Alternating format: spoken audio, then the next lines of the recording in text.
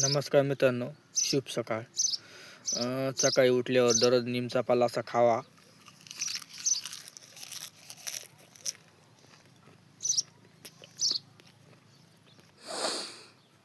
कडू तर लागतं, लागू द्या. कडू तर तुम्हाला तर पहिल्यांदा लागतं. मी तर म्हणजे जेमतेम 15 दिवस निमचा पाला खातोय. 15 दिवसापासून कडूच लागते एकदम, पण एकदम फायदेशीर.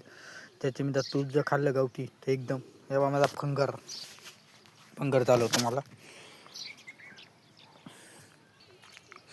फंगर चालतं. डॉक्टरांकडे गेलो, 2-1 महिना गोळ्या वगैरे घेतल्या. तर गोळ्या वगैरे घेत असताना काही वाटले, गोळ्या संपल्या की परत येऊन लागायचा. पण आता निमचा पाला खाल्ल्यावर काहीच नाही, एवढं फंगर काहीच होत नाही आता. आणि आंघोळ करताना आंघोळीच्या पाण्यामध्ये टाका आणि संध्याकाळी झोपताना आहे ना वाटून घ्या. त्याच्यामध्ये तुळशीचे पानं वगैरे ते टाका आणि जिथं आपले फंगर वगैरे राहील तिथे लावा. मला चांगला अनुभव आलेला आहे.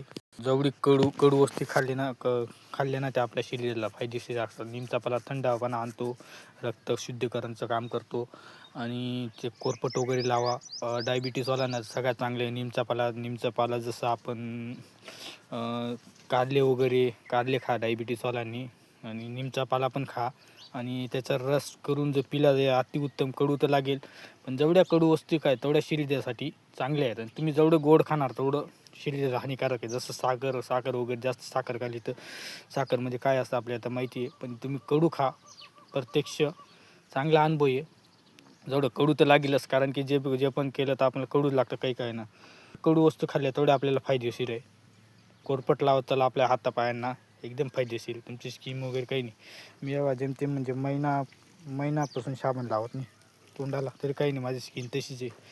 तुमच्या पाल्यासोबत गावठी तूप खा, घरची गाईचं असेल तर ते एकदम चांगलं उत्कृष्ट असं.